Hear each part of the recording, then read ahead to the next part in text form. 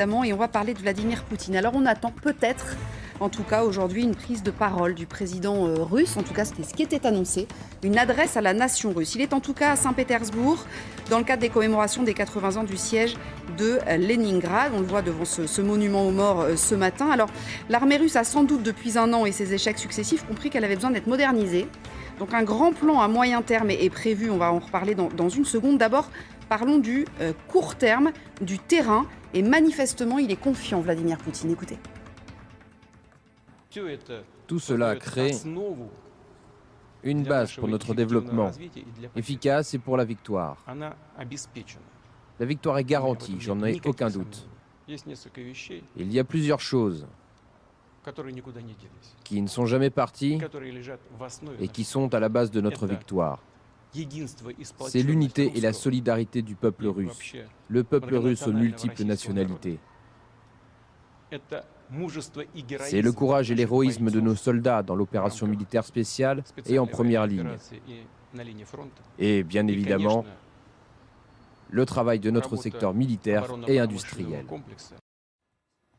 Alors, on parle toujours d'opération militaire spéciale, Nivine Potros, un plan de combat qui a l'air d'être adapté, si on en croit certaines infos, adapté en permanence et notamment sur le front de l'ouest de l'Ukraine. Alors effectivement, c'est en tout cas ce que pense cet homme, c'est Andrei Ilarionov, c'est un ancien conseiller de Vladimir Poutine, c'est lui qui pendant des années a dicté la politique économique de la Russie, il a également été représentant de la Russie lors de G8 avant finalement de claquer la porte en 2005. Depuis, il est extrêmement critique envers Vladimir Poutine, mais il est toujours extrêmement bien renseigné sur la vie de son pays et selon lui, le Kremlin prépare une offensive pour les toutes prochaines semaines. Une offensive, vous l'avez dit, depuis l'Ouest et depuis plus précisément la Biélorussie, à direction la ville de Lviv. On est vraiment à la frontière polonaise. Alors, pourquoi la ville de Lviv ? Eh bien, tout simplement parce que c'est un nœud ferroviaire et un nœud routier. C'est par cette ville de Lviv qu'est acheminée toute l'aide occidentale, que ce soit l'aide militaire, mais également l'aide humanitaire. La ville de Lviv avec un réseau de routes d'approvisionnement extrêmement dense, de chemins de fer également. Ce serait donc ce premier scénario qui est envisagé par le conseiller, cet ancien conseiller de Vladimir Poutine. Et pour ce faire, il faudrait donc l'intervention de la Biélorussie. Et c'est vrai que les voisins biélorusses semblent de plus en plus impliqués dans ce conflit. On a vu Vladimir Poutine se rendre chez son homologue biélorusse. C'était le 19 décembre dernier. C'était une première en 3 ans. Et puis, il y a également eu ces exercices militaires qui ont été renforcés ces dernières semaines. Et puis, vous le voyez, cet homme, c'est Oleg Saloukov, c'est le chef des forces terrestres. Et lui aussi, la semaine dernière, il s'est rendu en Biélorussie. Preuve peut-être qu'effectivement, Moscou et Minsk sont en train de préparer quelque chose. Alors, passer à Lviv en passant par la Biélorussie. Puis il y a autre chose qui est encore plus surprenant, Nivine, c'est les Russes qui pourraient envisager d'organiser une percée dans le sud du pays. Exactement. Alors ça, c'est le scénario numéro 2 qui se déroulerait en plusieurs étapes. La toute première, ce serait que des soldats, des membres d'élite partiraient depuis le port russe de Novorossiysk, direction celui d'Odessa, pour ensuite prendre la route de ce tout petit territoire à l'ouest d'Odessa. Alors on va zoomer dans la carte pour mieux se rendre compte. Toujours selon cet ancien conseiller, les troupes russes pourraient atteindre ce petit territoire de Boudja, qui est un territoire multiethnique mais plutôt pro-russe. Pourquoi pas après s'avancer vers un autre territoire, la Gagouasie, pour ensuite rejoindre la Transnistrie. Transnistrie, vous le savez, officiellement moldave, mais avec énormément de soldats russes sur place, une très grande dépendance au Kremlin. Selon cet ancien conseiller de Vladimir Poutine, une fois que ces hommes russes atteindraient cette zone, pourquoi pas envisager un troisième scénario. Je vous propose d'écouter ce qu'ils pensent. C'était sur une chaîne YouTube publiée dimanche. En fonction de la situation, nous pourrions pourquoi pas aller jusqu'à changer le gouvernement en Moldavie. L'année dernière, déjà, une tentative avait eu lieu. Dans ce cas, le nouveau gouvernement moldave pourrait couper les voies d'approvisionnement militaire depuis la Roumanie. L'Ukraine serait ainsi pris en tenaille.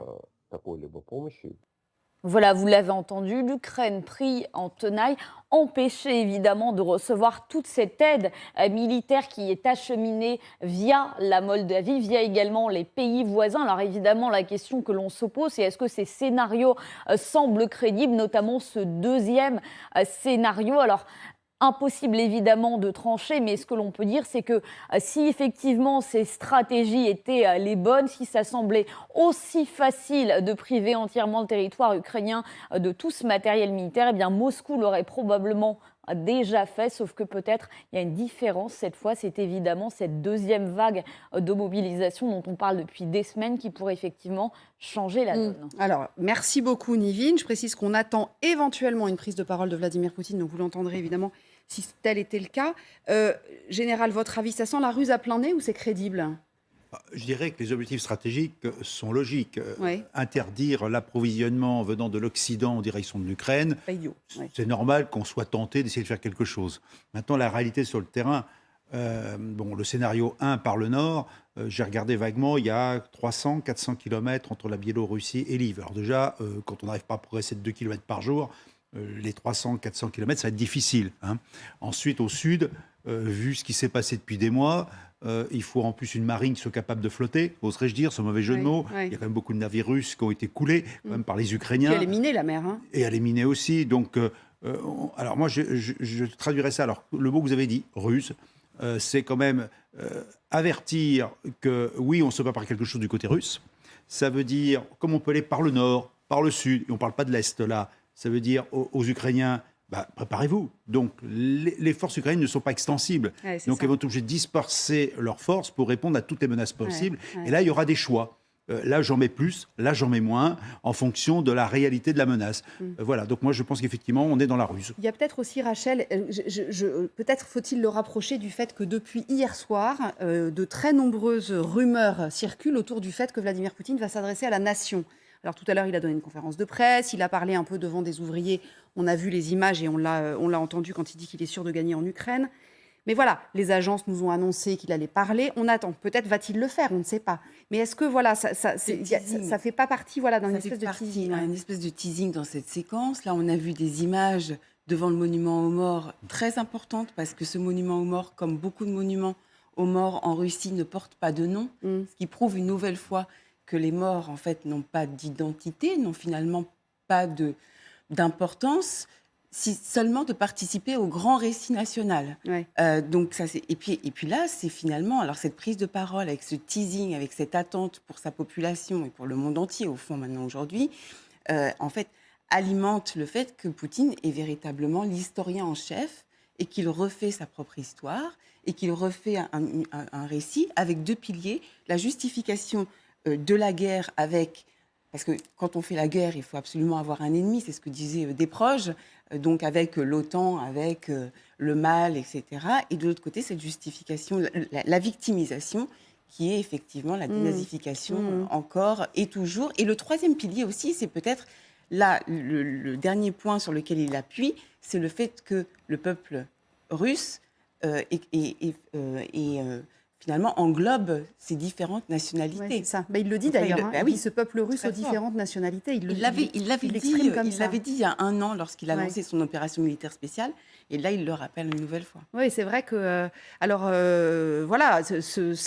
cette intervention de Vladimir Poutine, elle va peut-être intervenir, on verra, on n'en sait rien pour le moment, mais c'est vrai qu'il y a une espèce une sorte de teasing qu'on comprend peut-être. Alors on verra comment tout ça évolue, bien entendu. J'avais une question pour vous, Valérie, mais je m'en souviens plus.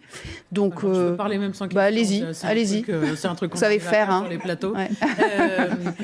C'est que ce qui m'a frappé dans la brève intervention de Vladimir Poutine, c'est cette manière, à force de répéter que la victoire est sûre et qu'il n'a aucun doute, moi personnellement, ça instille un léger doute en moi. je me demande... Ça fait un peu méthode Coué.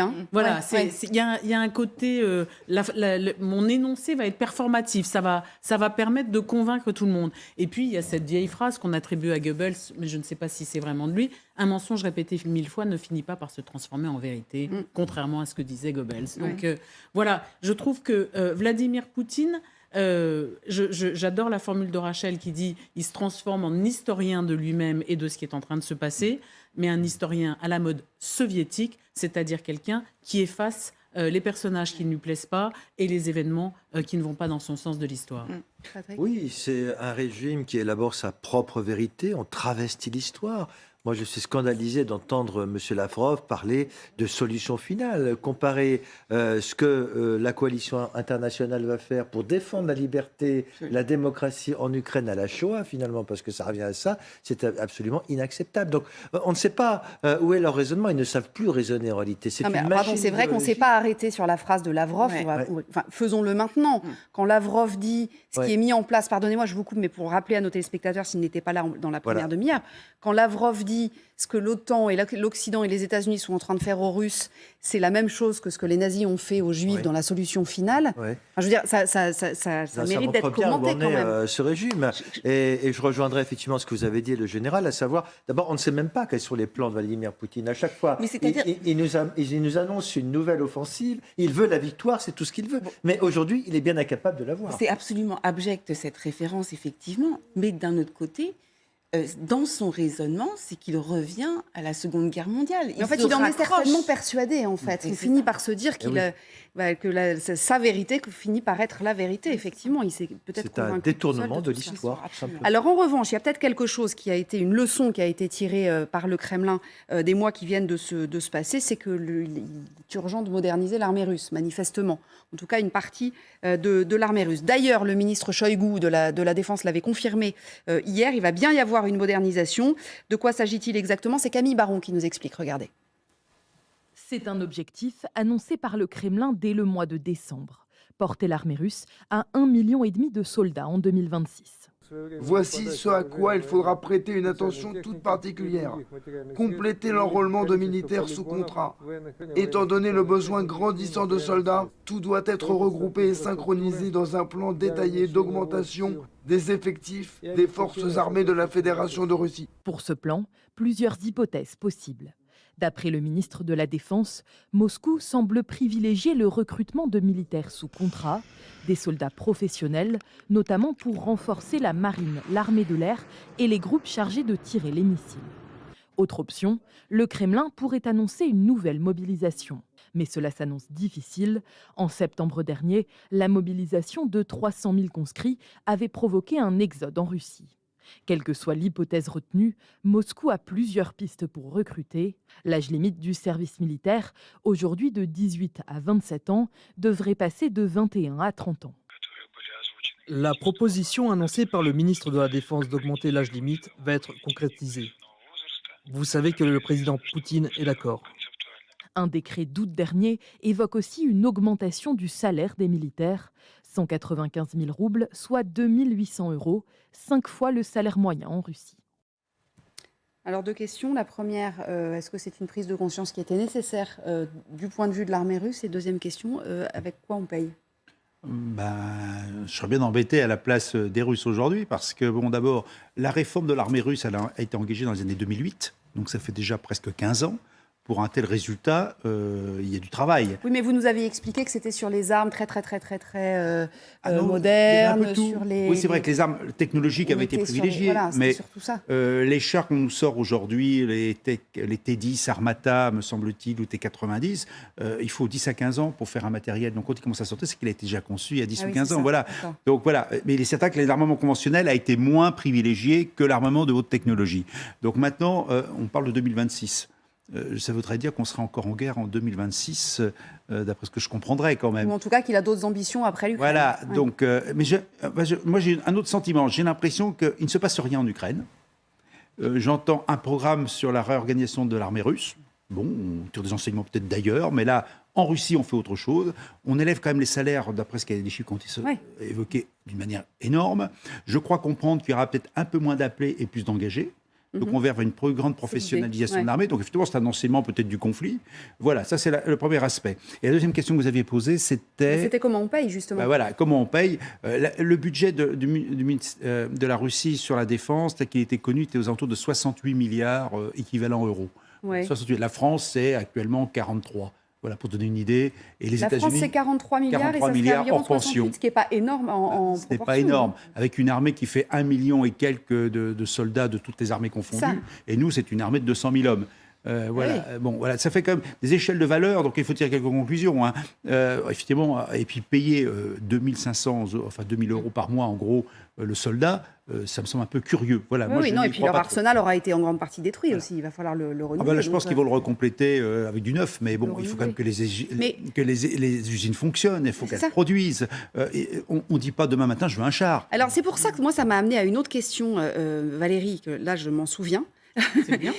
C'est qu'en fait, effectivement, les usines, il faut les faire tourner, il faut payer tout ça, etc.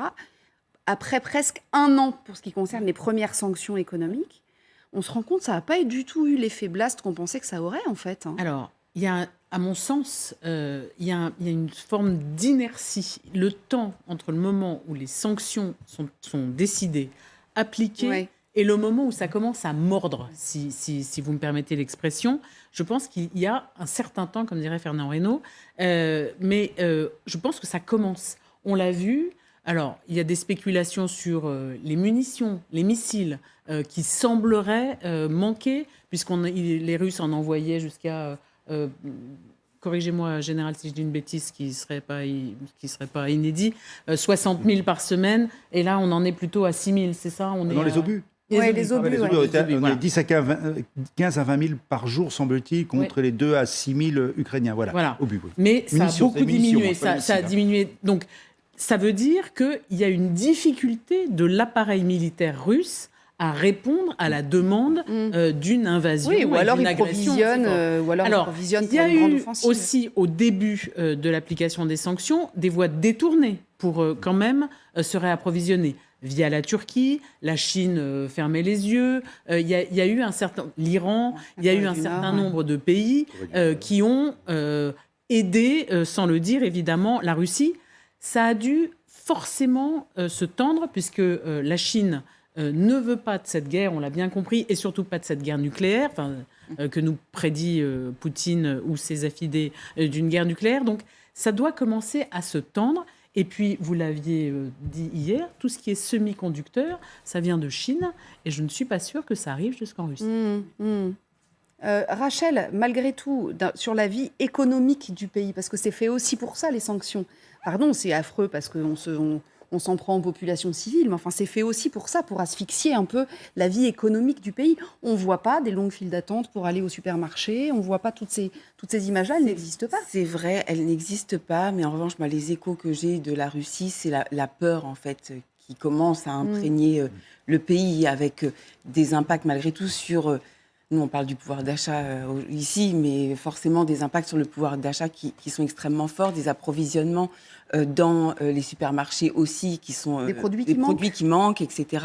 Donc le pied. Alors après, c'est ce système de terreur et de dictature qui fait que les gens ne sont pas. Il n'y a pas des groupements de population, etc. Mais de toute façon, et je suis tout à fait d'accord avec ce que disait Valérie, sur ces sanctions qui mettent un petit temps, un certain temps. Ça, mais un temps de latence. Un petit temps de latence, mais je sais qu'à la fin de l'année, déjà, l'impact sur les populations se fait sentir. Est-ce qu'on peut réorganiser une armée alors qu'on est en guerre, même s'il n'avoue pas qu'il est en guerre, et jusqu'à preuve du présent, jusqu'à preuve du contraire, il n'a jamais dit que c'était la guerre.